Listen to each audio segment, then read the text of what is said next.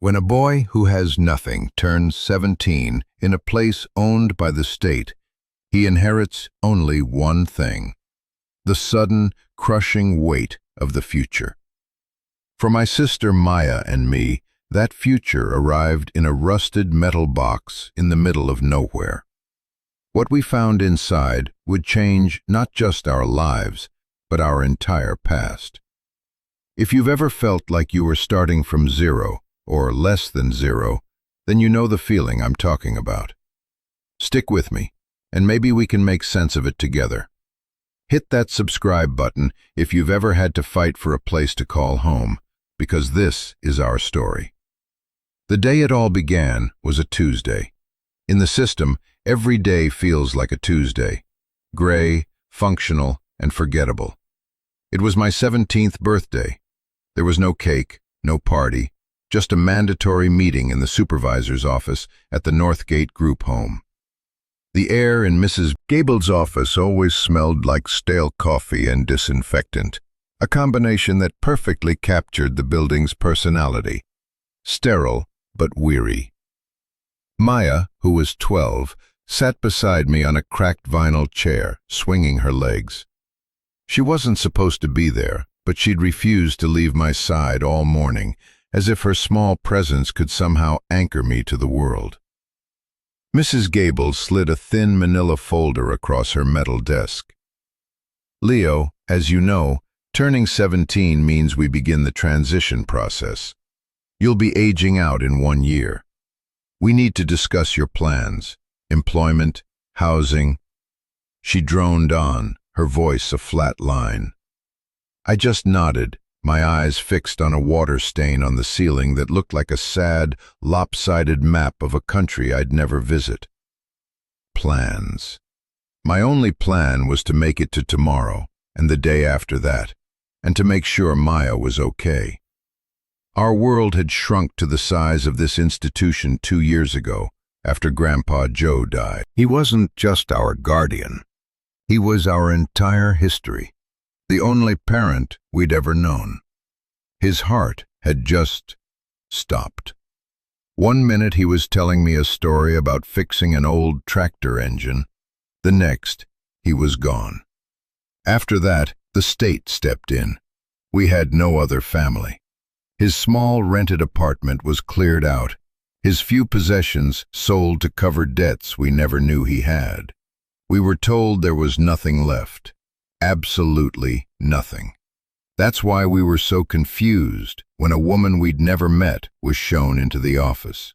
She wore a dark gray suit that looked too expensive for this place. She introduced herself as Ms. Albright, a lawyer from the county probate office. She had a calm, almost unnervingly still face, and she didn't offer a fake smile. I appreciated that. "Leo, Maya," she began, her voice quiet but firm. "I'm here about your grandfather, Joseph Miller's estate." Mrs. Gable blinked. "His estate? I was under the impression there was nothing." Ms. Albright gave a slight nod.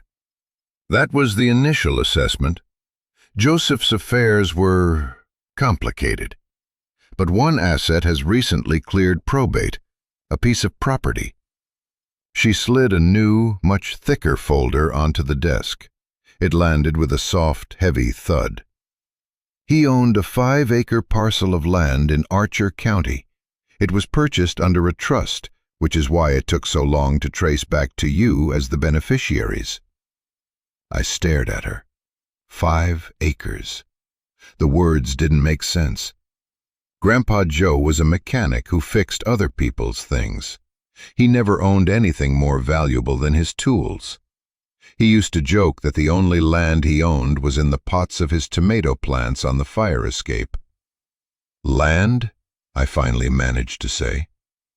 Maya stopped swinging her legs and looked at me, her eyes wide. "Yes," Ms. Albright continued, opening the folder. She pulled out a satellite photo. It showed a patch of green and brown, an indistinct shape in what looked like the middle of nowhere. In the center was a small silver half-circle, like a metal grub burrowed into the earth. The property is undeveloped for the most part. There is one structure on it, a Quonset hut. A Quonset hut. I'd seen pictures of them in history books, corrugated metal sheds built for the military. It sounded less like a home and more like a tomb.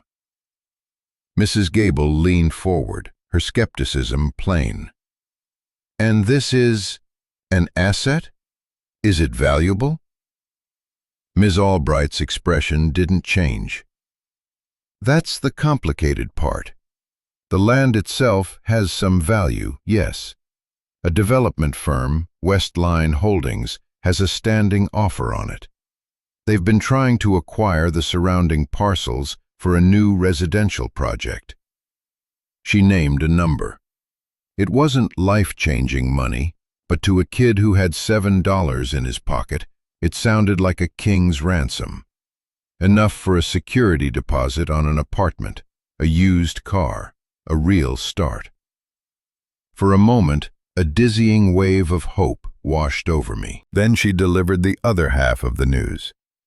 "However, the property also comes with significant tax arrears, and the structure, the hut, has been cited for multiple code violations. It's considered uninhabitable. If you take possession, you assume the debt. The back taxes would consume a large portion of the sale price." She paused, letting the weight of her words settle. "Frankly, the state's recommendation, and my own, is for you to authorize the sale. You'd walk away with a modest but clean sum. It would be placed in a trust for you both until you turn 18. It was an escape hatch, a clean break. Mrs. Gable was nodding enthusiastically. It made perfect sense. Take the money and run. Start fresh, unburdened by a rusted metal shed and my grandfather's secret debts. But something felt wrong. Grandpa Joe was a careful man, frugal. He counted every penny. Why would he buy a useless piece of land and let it fall into debt? It wasn't like him. It felt like a story with the most important pages torn out. "Can we see it?" I asked, my voice barely a whisper. Ms. Albright looked at me, really looked at me, for the first time. Her gaze was analytical, as if she were trying to solve a puzzle. "See it? Leo, it's a 3-hour bus ride from here. There's nothing there. No electricity, no running water. It's just land." "I want to see it," I repeated, this time with more force. Maya reached over and slipped her small hand into mine. Her grip was tight. "Me too," she said.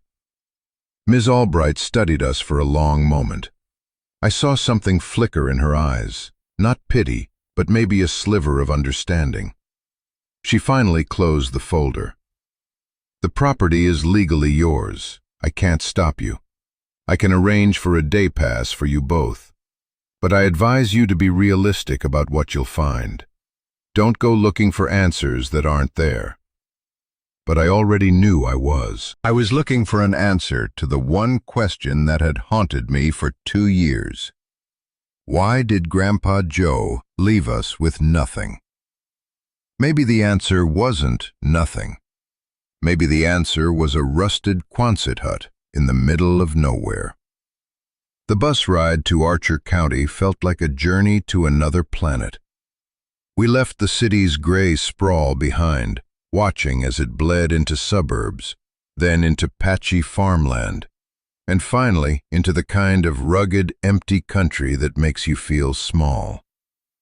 The bus wheezed and rattled, its windows coated in a film of road dust that blurred the passing landscape into a watercolor of greens and browns. Maya pressed her forehead against the cool glass, her breath fogging a small circle. She was quiet, which was unusual for her. The news had unsettled her, and she was looking to me for cues on how to feel. I didn't have any to give her. I just felt a hollow space in my chest, a vacuum of anticipation and dread. Albright had given us a hand-drawn map, a bus schedule, and a stern warning to be at the return stop no later than 5 p.m. The bus comes through once in the morning and once in the evening. If you miss it, you're stuck. She'd also given me a cheap prepaid cell phone. Call me when you get there, and call me when you're on your way back. And Leo, she'd added, her voice softening just a fraction, don't let your sister get her hopes up. The bus dropped us at a crossroads marked by a single blinking yellow light and a gas station with sun-bleached pumps. The air smelled different here, cleaner, with the scent of damp earth and pine. The silence was the most jarring thing. It wasn't empty silence, it was a living thing, filled with the hum of insects and the rustle of wind in the tall grass. It pressed in on us from all sides. According to the map, the property was another 2 miles down a gravel road called Sparrow Creek Lane. We started walking, our city sneakers crunching on the loose stones. The sun was high and hot, and the silence was broken only by our footsteps and the occasional cry of a distant hawk. We passed a few mailboxes, leaning at weary angles, but no houses were visible. It was a place where people went to be left alone. Leo, do you think he ever lived here? Maya asked, kicking a rock. I don't know, I said honestly. He never mentioned it, not once. That was the part that gnawed at me. Grandpa Joe was our storyteller. He'd told us about his first car, about meeting our grandmother, about the war. He'd filled the silence of our small apartment with his history. But this place, this 5-acre secret, was a black hole in the narrative. After what felt like an eternity, we saw it. A break in the dense line of trees, marked by a rusted chain-link gate hanging crookedly from a single hinge. A faded, barely legible sign nailed to a post read, Miller. My breath caught in my throat. This was it. We pushed through the gate. The land was even wilder than it looked in the satellite photo. Weeds and wildflowers grew in a tangled riot, reaching as high as my waist.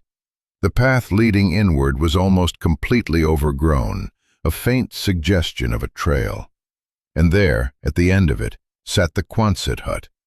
It was bigger than I'd imagined, a long, curved metal shell, like the back of some giant prehistoric beetle. The corrugated steel was streaked with orange and brown rust, bleeding down its sides like old wounds. A single small window was boarded up, and the large garage-style door was shut tight, secured by a heavy, padlocked chain. It looked derelict, forgotten, a piece of scrap metal left to be swallowed by the wilderness. A wave of disappointment, cold and bitter, washed over me. Ms. Albright was right. There was nothing here. It's ugly, Maya said, her voice small. She wasn't wrong. I walked the perimeter, my feet sinking into the soft, untamed earth. The air was still and heavy. Behind the hut, the trees grew thick and dark. It felt isolated, cut off from the world. What on earth was Grandpa thinking? I made the obligatory call to Ms. Albright. "We're here," I said, my voice flat. And it's exactly what you said it would be, a metal shed in a field of weeds. There was a pause on the other end. "I'm sorry, Leo. I know this isn't what you wanted to find. The offer from Westline Holdings is still on the table. You can sign the papers tomorrow. You don't ever have to go back there." "Okay," I said, but the word felt like a lie. I wasn't ready to give up yet, not until I'd seen inside. After I hung up, I turned my attention to the padlock. It was an old, heavy-duty model, its surface pitted with rust. There was no way we could break it. I circled the hut again, looking for another way in, a loose panel, another door. Nothing. The boarded-up window was nailed shut from the inside. It was sealed tight. Frustration began to bubble up inside me. We'd come all this way for nothing, to stand in a field and stare at a locked metal box. I kicked at the base of the door, and the impact sent a dull, hollow boom echoing through the structure. "Leo, look," Maya said, pointing to the ground near the doorway. Half hidden beneath a thick clump of weeds was a flat gray stone that didn't quite match the others around it. It was too square, too deliberate. My heart started to beat a little faster. I knelt down and pried at its edges with my fingers.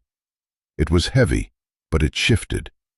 I dug away the dirt and grass, and with a final heave, I lifted it. Underneath, nestled in a shallow, dirt-lined hollow, was a small, tarnished brass key. It was old-fashioned, the kind you see in movies. It didn't look like it would fit the modern padlock on the chain. I was about to toss it aside in disappointment when I noticed something else. The padlock and chain weren't attached to the door itself, but to two thick metal hasps that had been bolted onto the door and the frame.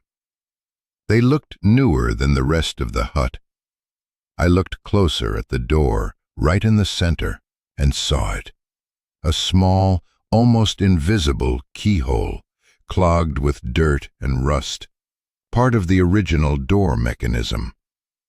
My hands were shaking as I cleaned out the keyhole with a twig. I slid the brass key in. It was stiff, but it fit. I held my breath and turned. For a second, nothing happened. I put more force into it, feeling the internal metal groan in protest. Then, with a loud, sharp click that echoed in the silence, the lock disengaged. The newer, useless chain and padlock hung limp. I pulled the heavy door, and it scraped open on rusty rollers, groaning like a dying animal. A wave of cool, musty air washed over us, the smell of dust, decay, and trapped time. The inside of the hut was dark, a cavernous space illuminated only by the slice of daylight from the open door. As my eyes adjusted, shapes began to resolve themselves from the gloom. It wasn't empty, it was full. The interior was a workshop. A long, heavy wooden workbench ran along one wall, covered in a thick blanket of dust. Tools hung from a pegboard, each one casting a long shadow. Wrenches, saws, hammers, all neatly arranged but coated in cobwebs. Along the other wall, shelves were stacked with oil cans, boxes of screws and nails, and mysterious canvas-covered lumps. In the center of the vast concrete floor sat the hulking shape of an old pickup truck, its tires flat, its paint faded to a pale, ghostly blue. It was my grandfather's world. It smelled like his garage, like oil and sawdust and metal. I could almost feel him there, standing in the shadows, watching us. "Grandpa's things," Maya whispered, her voice filled with awe. We stepped inside, our footsteps echoing in the huge, curved space. Dust motes danced like tiny fairies in the single beam of light from the door. We ran our hands over the dusty surfaces, leaving clean streaks in our wake. It was all here, his tools, his projects, his life. A life we never knew he had. On the workbench, under a grimy rag, I found a metal lunchbox. It was old, the kind workmen used to carry, with a thermos clipped to the top. It wasn't locked. I opened it. Inside, there was no food. There was just a single, thick, brown envelope. My name was written on the front in my grandfather's familiar, blocky handwriting. Leo. My hands trembled as I picked it up. It was heavy, much heavier than a simple letter. This was it, This was the answer. I looked at Maya, who was watching me with wide, expectant eyes. I sat down on the running board of the old truck, the cold metal seeping through my jeans, and carefully broke the seal. Inside were several smaller envelopes, bundled together with a rubber band, and a thick stack of $100 bills. I stared at the money, stunned. There had to be thousands of dollars there, more money than I had ever seen in my life. But it was the letters that held my attention. They were numbered, 1, 2, 3, 4. I took a deep breath, the dusty air filling my lungs, and opened the first one. The paper was crisp, the ink a faded blue, and as I began to read, the ghost of my grandfather began to speak. "My dearest Leo," the letter began, "if you are reading this, then it means I'm gone, and it means the lawyers and the state have finally found this place. I'm sorry. I'm sorry for all the secrets. I'm sorry for leaving you and Maya to navigate the world without me. I need you to be strong now, stronger than any 17-year-old should have to be. I need you to read all of this, and I need you to understand." I paused, my throat tight. I could hear his voice in the words, the low, steady cadence he used when he was explaining something important. Maya came and sat beside me, leaning her head on my shoulder as I continued to read aloud. "You probably think this place is a piece of junk on a worthless patch of land. That's what I wanted everyone to think. The back taxes, the code violations, I let them pile up on purpose. It was a shield. It made the property look like a liability, a burden nobody would want. But this land, Leo, this hut, this is the most important thing I will ever give you. It's not an inheritance, it's a fortress." My brow furrowed in confusion. A fortress? From what? "To understand, you have to know the truth about your parents. I told you they died in a car accident when you were a baby. That was a lie. It was a kind lie, a lie to protect you from a truth you were too young to carry. Your father, my son, was a good man, but he got mixed up with some very bad people. He fell into gambling, and his debts grew so large he couldn't see a way out. He took a loan from a man who was more of a predator than a banker, a loan shark who broke bones for late payments. I felt a cold dread creep up my spine. This wasn't a story about a car accident. This was something dark, something violent. Maya shifted beside me, and I put my arm around her, pulling her closer. "Your father tried to pay it back. He really did. He took on extra work. He sold what little he and your mother had. But the interest was crippling. It was quicksand. The more he struggled, the deeper he sank. One day he came to me, desperate. He told me he'd found a way out. He was going to testify against this man, give the police everything they needed to put him away for good. He thought it would wipe the slate clean, that he could get witness protection for his family." The letter continued, each word a heavy stone dropping into the quiet of the hut. He was naive. The man he owed money to had connections everywhere. He found out about your father's plan. The night before he was supposed to meet with the district attorney, there was a fire at your parents' apartment. The official report called it faulty wiring, an accident. But I knew better. It wasn't an accident, Leo. They were silenced. I stopped reading. The air in the hut felt thick, unbreathable. Maya was crying softly, her face buried in my shirt. I held her tight, my own tears blurring the words on the page. My parents hadn't died in an accident. They had been murdered. The lie my grandfather had told us wasn't just a kind lie. It was a wall he had built around our childhood to keep the monsters out. And we had lived safely inside it for 17 years. After a few minutes, I wiped my eyes on my sleeve and forced myself to continue reading. My voice was hoarse. I was left with you, a 2-year-old boy who had just lost everything.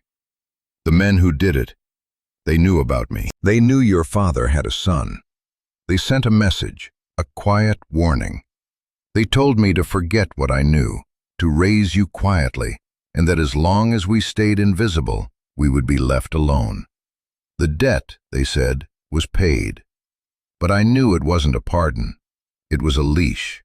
As long as they were out there, you were never truly safe. So I did what they said. I became a ghost.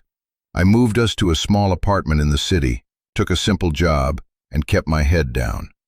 I erased our past. But I lived in constant fear. Fear that they would come back.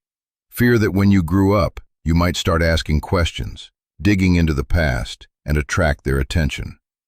My biggest fear was that they would see you as a loose end, a potential threat, just like your father was. That's when I bought this land. I saved for years, every spare dollar, buying it secretly through a trust so it couldn't be traced to me. This was my escape plan, my ark. I brought my old tools here, one by one, in the back of a borrowed truck. I fixed up this old hut.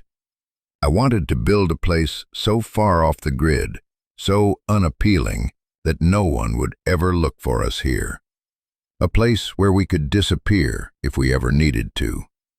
The plan was to bring you and Maya here when you were older, to tell you everything, and to start a new, safe life. But my heart gave out before I could. He was protecting us, the whole time. His poverty, his quiet life, his secrecy, it wasn't neglect. It was a strategy. It was a fierce, desperate, all-consuming act of love. The weight of his sacrifice pressed down on me, heavy and suffocating. I picked up the second letter. Leo, inside this lunchbox is $20,000. It's every cent I saved over the last 15 years. It's not much, but it's a start. It's clean money. It's your choice what you do with it. But I need you to understand the two paths in front of you. Path 1 is the easy one. Take this money. Let the developer buy the land. You'll have a decent sum, enough to get a small apartment in a new city far away from here. You can change your names, disappear. It's a safe option. No one will ever bother you. You can give Maya a normal life, the one she deserves. There is no shame in choosing this path. It is the sensible one. It's probably the one I would tell you to take if I were standing right there next to you. But there is another path, the hard one. This land is yours. It's paid for. The debt is only to the government, not to criminals. The money in this box is enough to clear the back taxes and have a little left over to live on for a while. This hut is solid. The roof doesn't leak. It has a good wood stove. There's a well out back with a hand pump. It's not a house, but it can be a home. It's a place to put your back against the wall and fight. A place to stop running.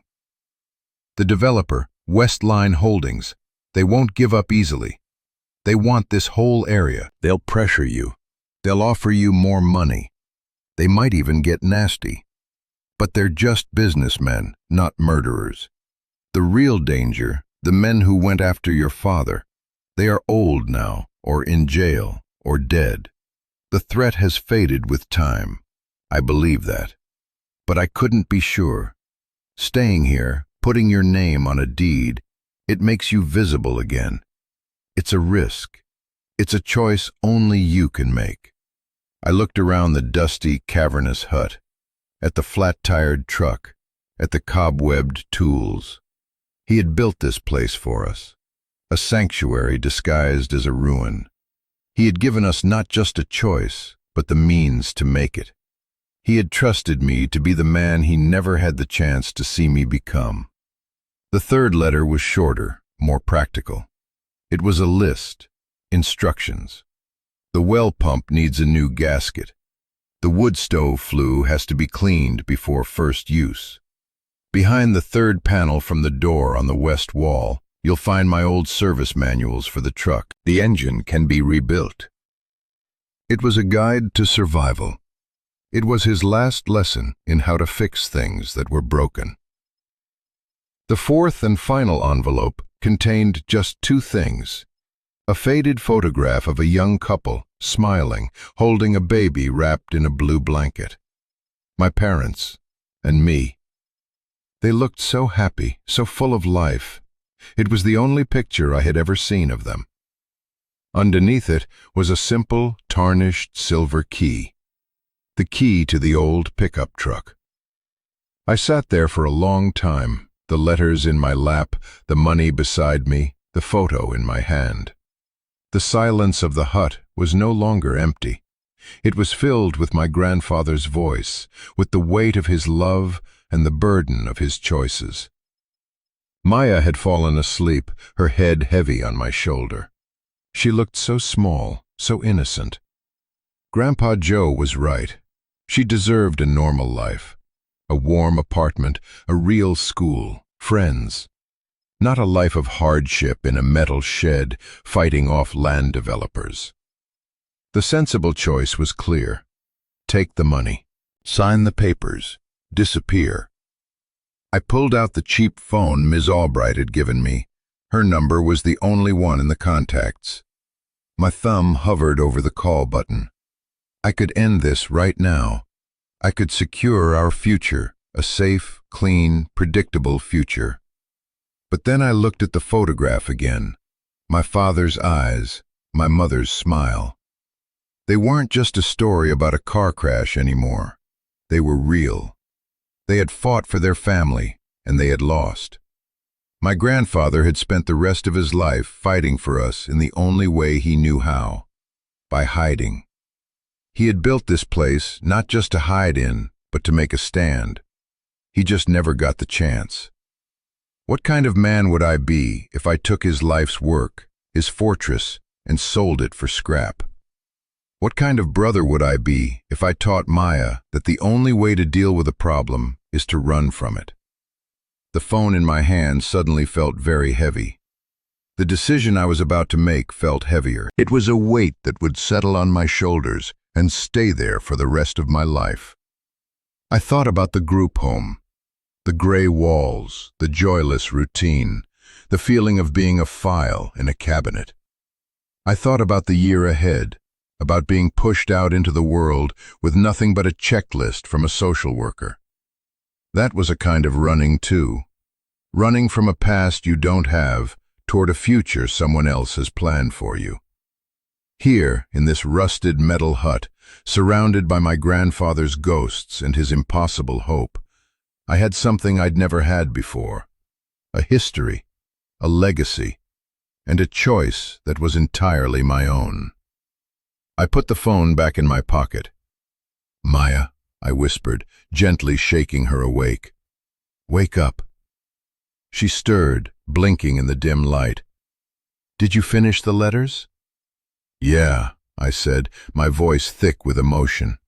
"I did." "What are we going to do?" she asked, her gaze searching mine. She wasn't just asking about the land. She was asking about everything. I looked around the hut again. It didn't look like a ruin anymore. It looked like a beginning. It looked like hard work. It looked like a promise. "We're going home," I said. The call to Ms. Albright was difficult. I made it standing outside the hut as the sun began to dip below the trees, painting the sky in shades of orange and purple. The air was getting cooler. "Leo, is everything all right? Are you on your way to the bus stop?" Her voice was brisk, professional. "We're fine," I said, trying to keep my own voice steady. "But we're not coming back." There was a long silence on the other end of the line. I could hear the faint sound of typing, then it stopped.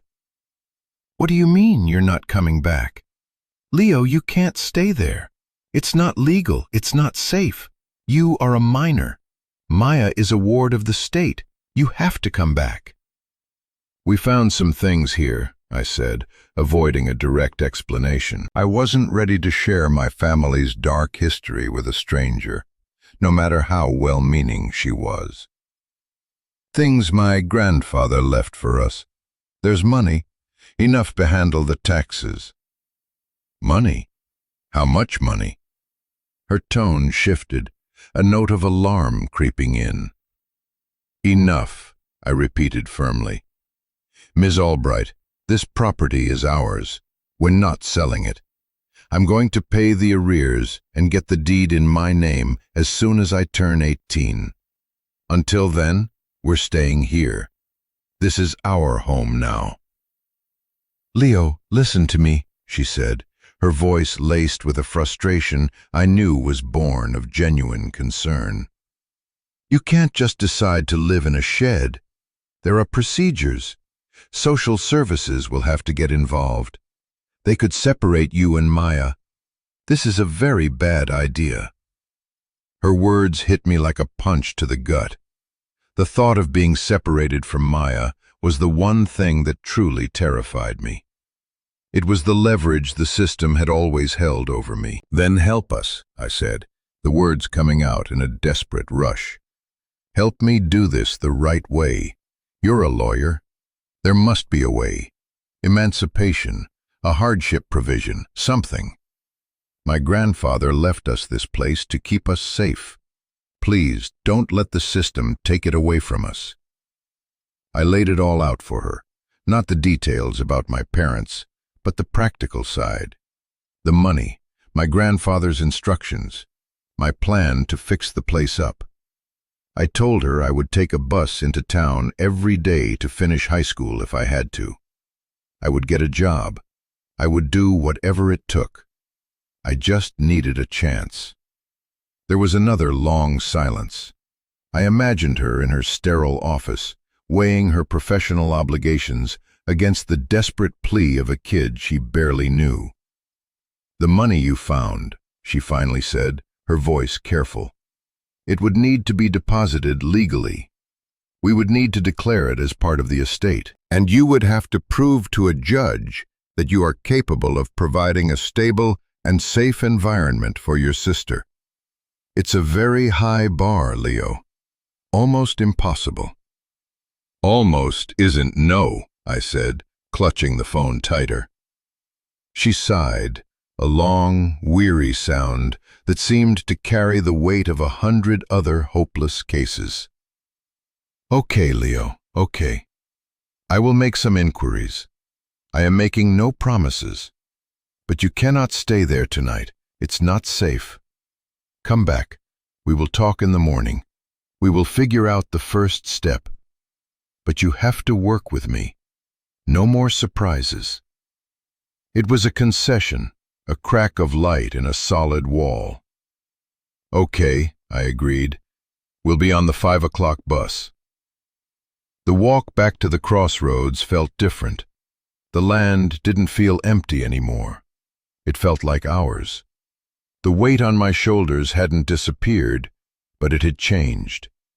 It was no longer the formless dread of an uncertain future, but the solid, heavy weight of responsibility. It felt real. The next few months were a blur of legal battles and hard labor. Ms. Albright, true to her word, became our unlikely champion. She navigated the labyrinth of family court and social services, arguing on our behalf with a quiet, relentless tenacity that I came to admire deeply. She helped me set up a trust with the money from the lunchbox, pay the back taxes, and file a petition for emancipation with me as Maya's legal guardian. The developer, Westline Holdings, didn't take the news well. Their polite offers were replaced by formal, intimidating letters from their legal team, citing zoning laws and public nuisance ordinances. They were trying to scare us off, to bury us in paperwork and legal fees. But with Ms. Albright on our side, we held our ground. Every threatening letter just strengthened my resolve. This wasn't just about land anymore. It was about defiance. It was about proving that we weren't just two orphans to be swept aside. While the lawyers fought, Maya and I worked. We took the bus to the property every weekend, then every day after school as the weather warmed. We aired out the hut, sweeping away years of dust and cobwebs. We scrubbed the concrete floor until our arms ached. We followed my grandfather's instructions, cleaning the wood stove flue, patching the small leaks in the roof with tar, and replacing the gasket on the old well pump. The first time we worked the handle and clear, cold water gushed out. We cheered like we'd struck gold. I spent my evenings in the hut's dim light, hunched over the truck's service manuals with a flashlight, learning the intricate dance of pistons, wires, and gaskets. The old pickup became my obsession. It was a puzzle left for me by my grandfather, and I was determined to solve it. It was more than a machine. It was a connection to him, a way to understand the hands-on, problem-solving part of his soul. We started to meet a few of the locals on our trips to the nearby town for supplies. There was Mr. Henderson, the elderly owner of the hardware store, who looked at my long lists of parts with a skeptical eye at first. But when he saw me coming back week after week, he started offering advice, telling me which type of sealant worked best in the local climate and how to properly set a fence post. One afternoon, a dusty farm truck pulled up our overgrown lane. An older man with a weathered face and kind eyes got out. He introduced himself as Dale, our nearest neighbor from a mile down the road. "Heard someone was finally cleaning up Joe's old place," he said, his voice a low rumble. "Figured I'd come see for myself. Joe was a good man. Kept to himself, but he'd always lend a hand if you needed it." He looked at me and Maya, then at the work we'd done. A slow smile spread across his face. "He'd be proud of you kids." That evening, Dale came back with a tractor and a brush hog attachment. In 2 hours, he cleared the chest-high weeds from the 2 acres around the hut, revealing the gentle, rolling contours of the land we hadn't even been able to see. He wouldn't accept any money for it. "Just be a good neighbor," was all he said. It was the first time I realized we weren't entirely alone. We had Ms. Albright in the city, and we had Dale out here. A small, unlikely community was beginning to form around us. The day of our court hearing was gray and overcast, the sky threatening rain. I wore a button-down shirt I'd bought at a thrift store, and it felt stiff and unnatural. Maya held my hand the entire time, her knuckles white. Ms. Albright presented our case to the judge, a stern-looking woman with tired eyes. She spoke about my grandfather's intentions, about the trust fund, about my commitment to finishing school, and about the stable home we were building. The lawyer for child services argued back, calling our plan reckless and our living situation unsuitable. The judge listened, her face unreadable. She asked me a few direct questions. Why did I want this? Was I prepared for the hardship? Did I understand the responsibility I was taking on for my sister? I looked her in the eye. "Your Honor," I said, my voice shaking only slightly. "For most of my life, other people have made decisions for me and my sister. They told us where to live, what to do, what our future would be. They told us we had nothing. But my grandfather gave us something. He gave us a place to stand. It's not easy, and it's not perfect, but it's ours. Taking care of my sister isn't a responsibility someone is forcing on me. She's my family. It's the only thing that matters. Please, just give us a chance to build a life on the foundation he left for us." The judge looked down at her papers for what felt like a lifetime. The only sound in the courtroom was the ticking of a clock on the wall. Finally, she looked up. Petition for emancipation and guardianship granted. On a probationary basis. She fixed me with a stare that was both a warning and a blessing. Don't make me regret this, son. Walking out of that courthouse into the light drizzle that had started to fall was like taking my first breath after being underwater for a long, long time. I was no longer a ward of the state. I was Leo Miller, guardian of Maya Miller, head of a household of 2, owner of 5 acres and a rusted metal hut. I was free. Life in the hut was a rhythm of hard work and small victories. We moved in for good at the start of the summer. We partitioned off a corner from Maya with thick blankets for walls, giving her a sense of her own space. We cooked our meals on the wood stove and read books by lantern light. We learned the names of the constellations in the vast, dark sky, unpolluted by city lights. It wasn't an easy life. The winters were cold, the summers were hot, and there were days I was so tired I could barely move. But every morning, I woke up to the sound of birds instead of an institutional intercom. Every day, I was building something real with my own 2 hands. One afternoon in late fall, after months of greasy work, I finally got the old truck's engine to turn over. It sputtered and coughed, shaking violently before settling into a rough, noisy idle. The sound of it, a mechanical heartbeat resurrected from the dead, was the sweetest music I had ever heard. Maya and I just stood there, covered in grease, laughing.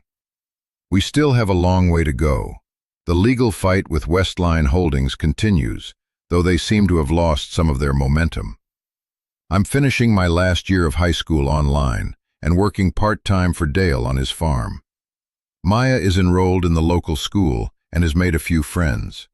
We're saving up to one day run electricity and proper plumbing to the hut, to maybe even build a small, real house next to it. Some nights, when the world is quiet and Maya is asleep, I take out the photograph of my parents. I used to look at them with a sense of loss, of tragedy. But I don't see them that way anymore. I see 2 people who fought for their family. And I see my grandfather, a man who spent his life honoring their fight, building a legacy not of money or property, but of resilience. He left us more than a rusted Quonset hut. He left us a story, a true story. He left us a choice, not between running and hiding, but between an easy life and a meaningful one. He taught me that inheritance isn't what you're given, it's what you choose to build with it. And we are building. Every day, with every nail we hammer and every challenge we face, we are building our home. This journey has taught me that sometimes the things that look broken or abandoned are really just waiting. Waiting for someone to see their potential, to understand their history, to believe in them enough to start the hard work of putting them back together. That's true for old trucks, for rusted-out buildings, and it's true for people too. If you've made it this far, thank you for listening. My story is just one story, but I know so many of you have your own. Stories of struggle, of loss, of finding a place to call home when it feels like the world has left you with nothing.